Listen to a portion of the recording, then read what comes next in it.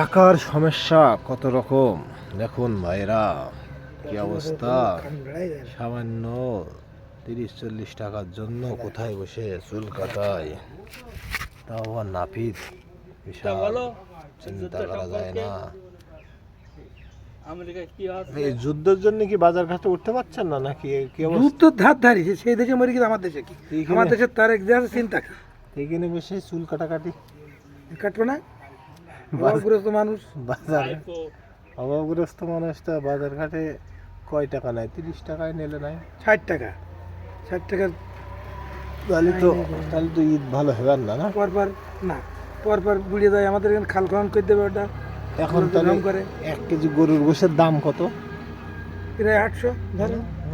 তো 800 টাকা দিলি আর 200 টাকা দিয়ে তুমি তো আছে সিমাই চিনি কিনে খাইতে পারবার না। দাও 800 টাকা 1000 টাকা দেখে মানবিক কাছ থেকে আমি অনুদান প্রদান করছি এবং ঈদ বোনাস স্বরূপ তাকে সম্মানী ভাতা দিচ্ছি।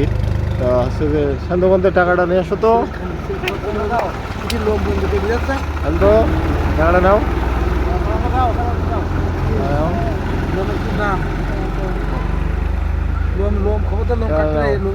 না লোম কাটতে নেই, এটা সঠিক তো।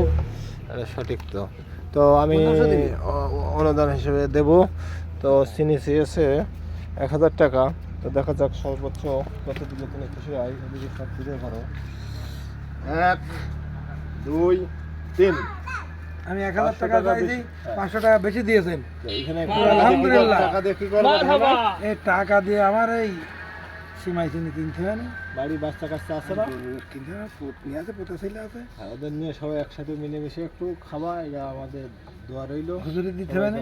1000 টাকা চাইলে 500 টাকা বেশি দিয়েছে। হ্যাঁ, এটা খুশি তাহলে হলাম। মিলাদ দিতে হবে না। আমার জন্য বেশি বেশি দোয়া করো। তারেক রহমানের জন্য মিলাদ সবাইকে দেবো। যেন দিতে পারি, ঠিক আছে? তারেকের জন্য মিলাদ দেবো।